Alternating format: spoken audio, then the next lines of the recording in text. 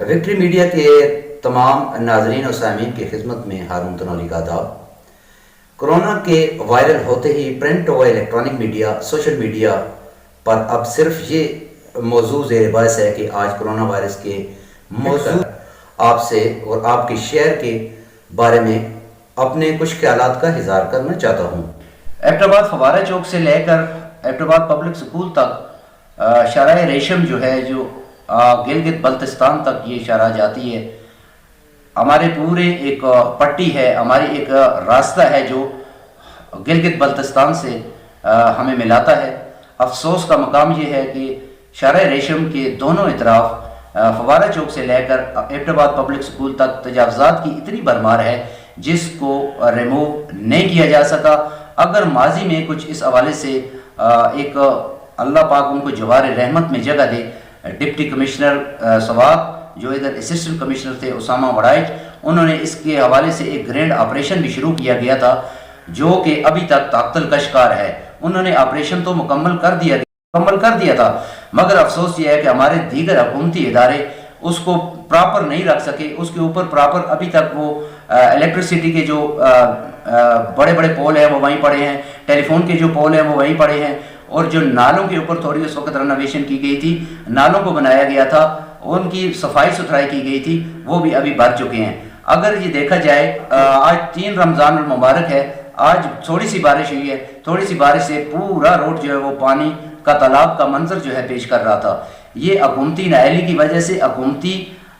ذمہ داران جو ہیں انہوں نے اس طرف سے آنکھیں کیوں بند کی ہوئی ہیں؟ اس میں ایبٹ ضلعی انتظامیہ، ایبٹ کینٹونمنٹ کی انتظامیہ اور دیگر جو بزنس کمیونٹی سے تعلق رکھنے والے افراد ہیں، جو اپنے بڑے بڑے پلازا تو بنا لیتے ہیں مگر وہ یہ خیال نہیں کرتے کہ یہ جو گلی جا رہی ہے، یہ گلی بھی ہمارے اپنے گھروں کو جا رہی ہے۔ اس گلی یا اس روڈ سے ہم ہی نے مستفید ہونا ہے۔ کیوں ہم تجاوزات روڈ کو اپنے پلازوں میں، اپنے گھروں میں ڈال رہے ہیں؟ روڈ اور پلازوں سے ہم اپنے گھروں کو ہٹا کر بنائیں تو یہ ہمارا شہر بھی کھلا ہوگا، خوبصورت بھی ہوگا، نکاسی آب کا نظام بھی بہتر ہوگا، اور اس میں بدقسمتی سے یہ المیہ بھی ہے کہ جو بڑے بڑے محلوں کے گرد جو نالے ہیں، جو مین شارع ریشم کی سائڈوں سے جو نالے جاتے ہیں، ان نالوں کے اوپر بھی محلوں کے اوپر اتنی بڑی تجاوزات کی گئی ہے جس کو ریموو کرنا انتظامیہ کے بس سے بھی باہر ہو چکا ہے۔ کینٹونمنٹ بورڈ کا جتنا ایریا بھی آتا ہے اس میں زیادہ تر جو نالے ہیں، بڑے نالے جو مین شارع ریشم کے دونوں اطراف ہیں، ان کے اوپر جو تجاوزات ہے، اگر اس کو ختم کر دیا جائے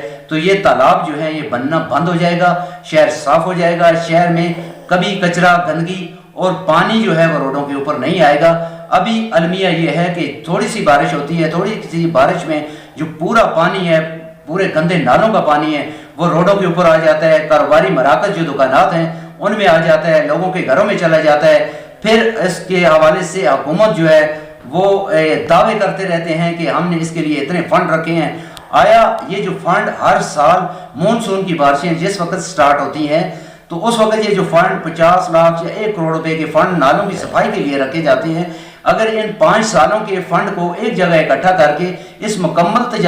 اس جو نالے ہیں ان نالوں سے تجاوزات کو مکمل ریموو کیا جائے تو آیا ہم اس تالاب سے بچ سکتے ہیں؟ اس گندے اور آلودہ پانی سے اپنے آپ کو بچا سکتے ہیں، اپنے معاشرے کو بچا سکتے ہیں، اور اس آلودہ پانی کی وجہ سے کئی مہلک اور موذی امراض جو ہیں وہ پھیلتے ہیں۔ مونسون میں خاص کر یہ نالے جو ہیں ابل پڑتے ہیں۔ مونسون کی بارشوں کی وجہ سے بہت زیادہ تیز اور طوفانی جس وقت بارشیں ہوتی ہیں تو روڈ کے اوپر ٹریفک کا چلنا محال ہو جائے۔ ایبٹ فوارہ چوک سے لے کر ایبٹ پبلک سکول تک جو ہے مکمل ٹریفک جو ہے وہ جام ہو جاتی ہے، جیسے کوئی بہت بڑا روڈ آگے سے بلاک ہے۔ وہ بلاک اس وجہ سے ہوتی ہے کہ نالے کے اوپر جو ہے وہ تجاوزات ہے، نالوں کا سارا پانی جو ہے وہ روڈوں کے اوپر آ جاتا ہے، اور گاڑیاں جتنی بھی ہیں وہ ساری اس گندے پانی میں بند ہو جاتی ہیں۔ دھکے لگا کر ان کو اپنی مدد آپ کے تحت وہ لوگ نکالتے ہیں، وہ پریشانی اور اذیت میں مبتلا ہوتے ہیں۔ وہ کس وجہ سے مبتلا ہوتے ہیں یہ سوچنا ہوگا آپ کو بھی اور مجھے بھی۔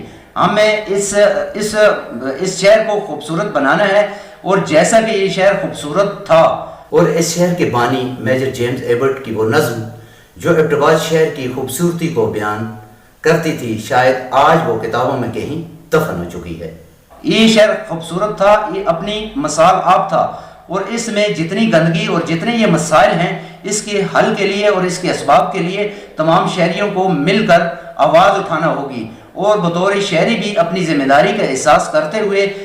نالوں میں کچرا مت پھینکیں، کچرے کو سائڈ پہ پھینکیں. اور ہم جس وقت تک شہری ایبٹ آباد کی شہری آگے نہیں بڑھیں گے تو ہمارے لیے کوئی آسمانی مخلوق نہیں آئے گی جو ان نالوں سے تجاوزات کو واگزار کرائے یا اس شہر کو خوبصورت بنائے یا اس شہر کی خوبصورتی میں اضافے کے لیے اپنا کردار ادا کرے. ہم اپنے پلازہ جات، ہم اپنے مکانات اور اپنی دکانات جو ہیں وہ روڈ سے ہٹ کر بنائیں گے، نالوں سے ہٹ کر بنائیں گے. اگر آج ہم یہ عہد کر لیں تو ہم ایبٹ آباد کو ایک بڑی تباہی سے بچا سکتے ہیں، ورنہ آنے والی ہماری جو نسلیں ہیں وہ ہم سے اس حوالے سے پوچھتی رہیں گی کہ آیا ہمارے بزرگوں نے ہمارے لیے کیا کیا ہے.